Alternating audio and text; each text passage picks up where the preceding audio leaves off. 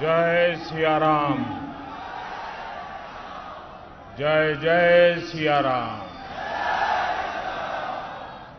कार्यक्रम में उपस्थित उत्तर प्रदेश की राज्यपाल श्रीमती आनंदीबेन पटेल,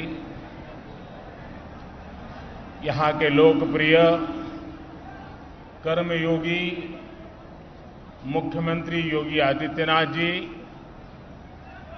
सभी पूज्य संतगण,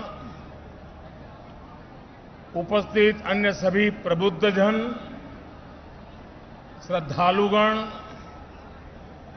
देवी और सज्जनों, श्री राम लला के दर्शन और उसके बाद राजा राम का अभिषेक, ये सौभाग्य राम जी की कृपा से ही मिलता है।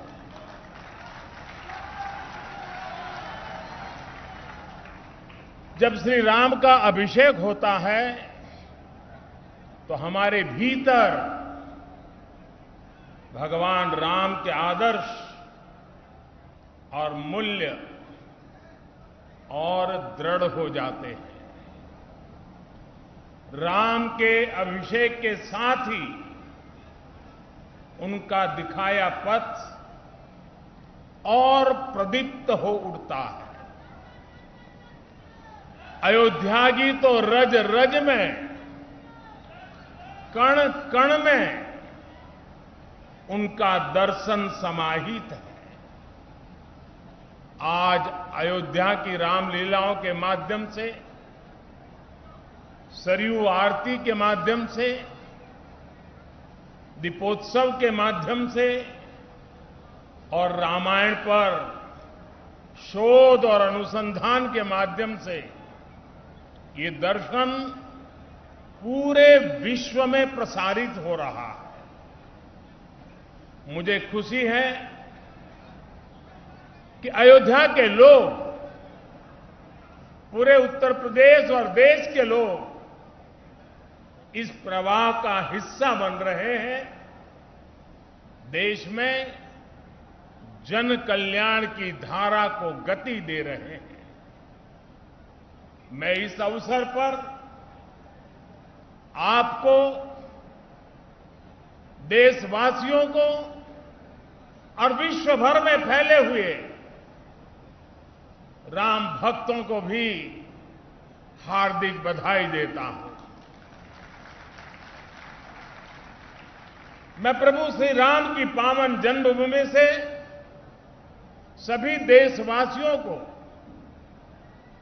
आज छोटी दीपावली के पर्व पर कल के दीपावली की भी हार्दिक शुभकामनाएं देता हूं। साथियों, इस बार दीपावली एक ऐसे समय में आई है जब हमने कुछ समय पहले ही आजादी के 75 वर्ष पूरे किए हैं। हम आजादी का अमृत महोत्सव मना रहे हैं। आजादी के इस अमृत काल में भगवान राम जैसी संकल्प शक्ति देश को नई ऊंचाई पर ले जाएगी।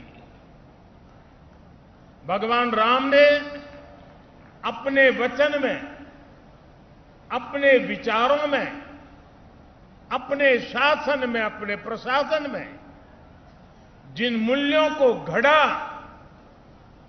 वो सबका साथ, सबका विकास की प्रेरणा है और सबका विश्वास, सबका प्रयास का आधार भी है। अगले 25 वर्षों में विकसित भारत की आकांक्षा लिए आगे बढ़ रहे हम हिंदुस्तानियों के लिए श्री राम के आदर्श उस प्रकाश स्तंभ की तरह हैं जो हमें कठिन से कठिन लक्ष्यों को हासिल करने का हौसला देंगे। साथियों, इस बार लाल किले से मैंने सभी देशवासियों से पंच प्राणों को आत्मसात करने का आह्वान किया है। इन पंच प्राणों की ऊर्जा जिस एक तत्व से जुड़ी हुई है वो है भारत के नागरिकों का कर्तव्य। आज अयोध्या नगरी में दीपोत्सव के इस पावन अवसर पर हमें अपने इस संकल्प को दोहराना है, श्री राम से जितना सीख सके सीखना है।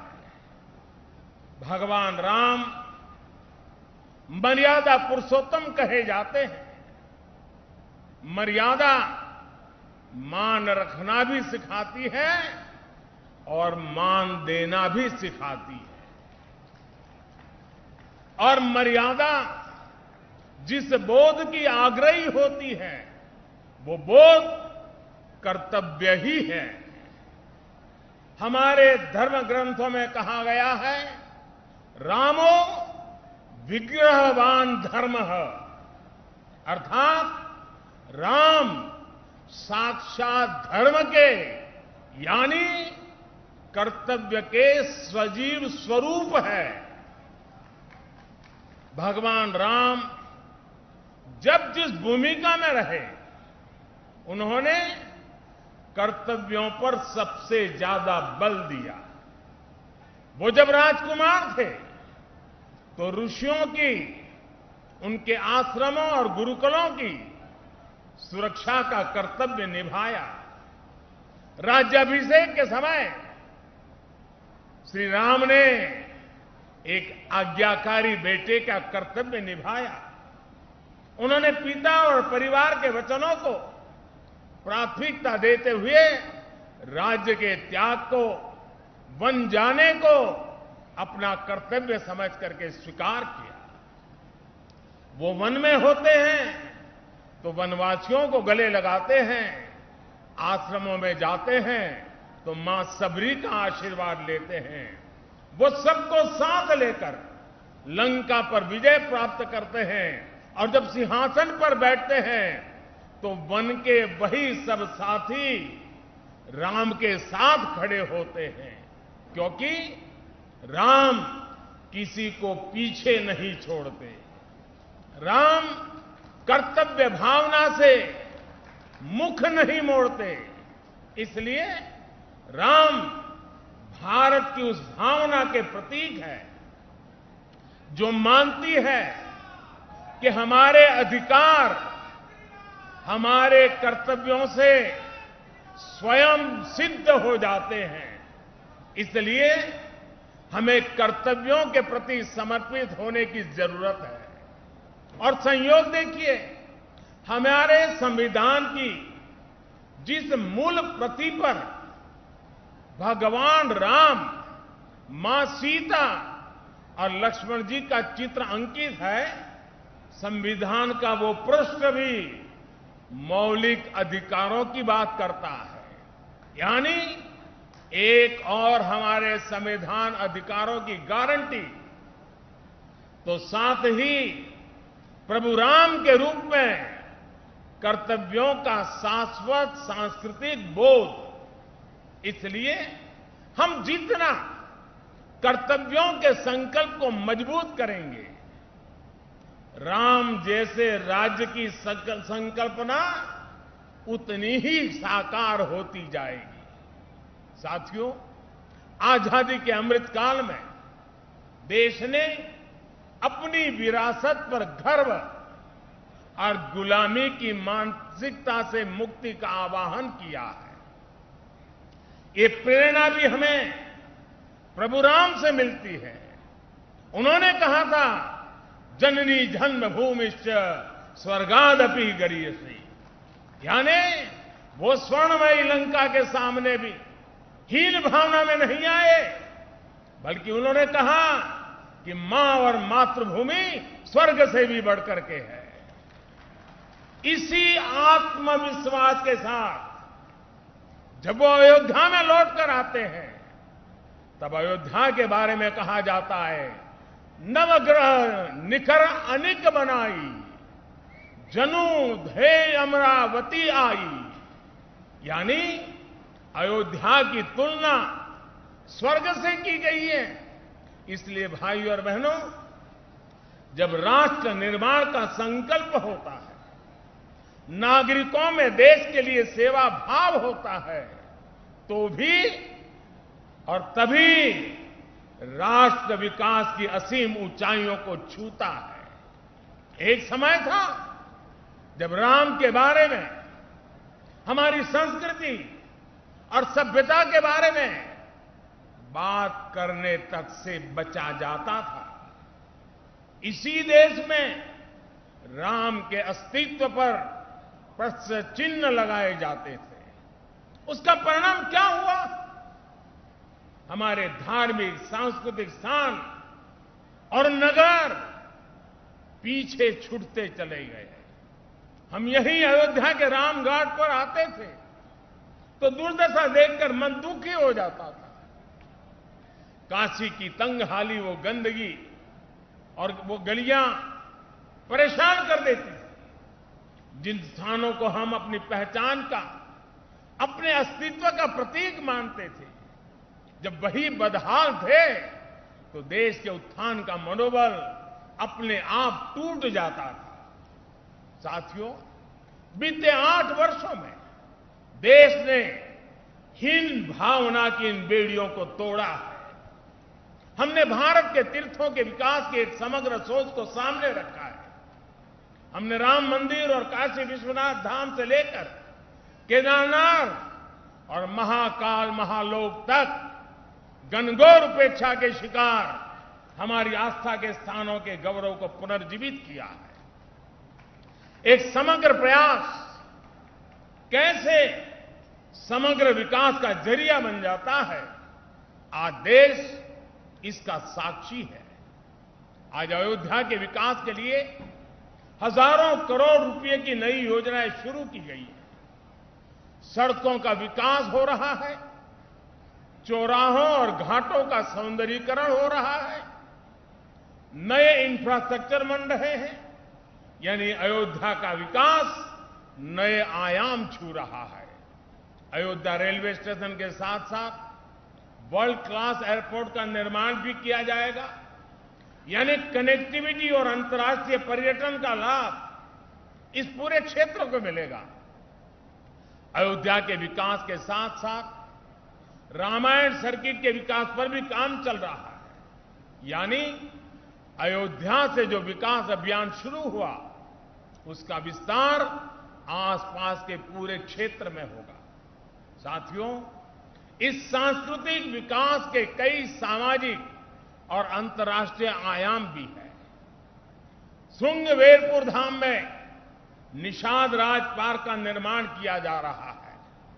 यहां भगवान राम और निषाद राज की 51 फीट ऊंची कांच से प्रतिमा बनाई जा रही है। ये प्रतिमा रामायण के उस सर्व समावेशी संदेश को भी जन जन तक पहुंचाएगी, जो हमें समानता और समरसता के लिए संकल्पबद्ध करता है। इसी तरह अयोध्या में ट्विन होम मेमोरियल पार्क का निर्माण किया गया है। ये पार्क भारत और दक्षिण कोरिया अंतर्राष्ट्रीय संबंधों को प्रगाढ़ बनाने के लिए दोनों देशों के सांस्कृतिक रिश्तों को मजबूत करने का एक माध्यम बनेगा। आप कल्पना कर सकते हैं, इस विकास से, पर्यटन की इतनी संभावनाओं से युवाओं के लिए रोजगार के कितने अवसर पैदा होंगे।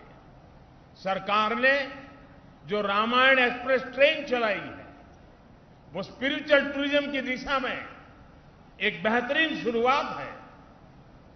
आज देश में 4 धाम प्रोजेक्ट हो, बुद्ध सर्किट हो या प्रसाद योजना के तहत चल रहे विकास कार्य हो, हमारा यह सांस्कृतिक उत्कर्ष नए भारत के समग्र उत्थान का श्री गणेश है। साथियों, आज अयोध्या नगरी से मेरा पूरे देश के लोगों के लिए एक प्रार्थना भी है एक नम्र निवेदन भी है। अयोध्या भारत की महान सांस्कृतिक विरासत का प्रतिबिंब है। राम अयोध्या के राजकुमार थे, लेकिन आराध्य वो पूरे देश के हैं। उनकी प्रेरणा, उनकी तप तपस्या, उनका दिखाया मार्ग हर देशवासी के लिए है। भगवान राम के आदर्शों पर चलना हम सभी भारतीयों का कर्तव्य है। उनके आदर्शों को हमें निरंतर जीना है, जीवन में उतारना है। और इस आदर्श पथ पर चलते हुए अयोध्या वासियों पर दोहरा दायित्व है। आपकी डबल रिस्पॉन्सिबिलिटी है मेरे अयोध्या के भाइयों बहनों। वो दिन दूर नहीं जब विश्व भर से यहां आने वालों की संख्या अनेक गुना बढ़ जाएगी। जहां कण कण में राम व्याप्त हो, वहां का जन जन कैसा हो, वहां के लोगों का मन कैसा हो, ये भी उतना ही अहम है। जैसे राम जी ने सबको अपनापन दिया, वैसे ही अयोध्या वासियों को यहां आने वाले प्रत्येक व्यक्ति का स्वागत अपनत्व से करना है। अयोध्या की पहचान कर्तव्य नगरी के तौर पर भी बननी चाहिए। अयोध्या सबसे स्वच्छ नगरी हो, यहां के रास्ते चौड़े हो, सुंदरता अप्रतिम हो। इसके लिए योगी जी और उनकी सरकार दीर्घ दृष्टि के साथ अनेक प्रकल्पों को आगे बढ़ा रही है, प्रयास कर रही है। लेकिन इस प्रयास में अयोध्या के लोगों का साथ और बढ़ जाएगा तो अयोध्या जी की दिव्यता भी और निखर जाएगी। मैं चाहूंगा कि जब भी नागरिक मर्यादा की बात हो, नागरिक अनुशासन की बात हो, अयोध्या के लोगों का नाम सबसे आगे आए। मैं अयोध्या की पुण्य भूमि पर प्रभु श्री राम से यही कामना करता हूं कि देश के जन जन की कर्तव्य शक्ति से भारत का सामर्थ्य शिखर तक पहुंचे। नए भारत का हमारा स्वप्न मानवता के कल्याण का माध्यम बने। इसी कामना के साथ मैं अपनी बात समाप्त करता हूं। एक बार फिर सभी देशवासियों को दीपावली की बहुत बहुत बधाई देता हूं। आप सभी को बहुत बहुत धन्यवाद। बोलो सियावर रामचंद्र की, सियावर रामचंद्र की, सियावर रामचंद्र की। धन्यवाद जी।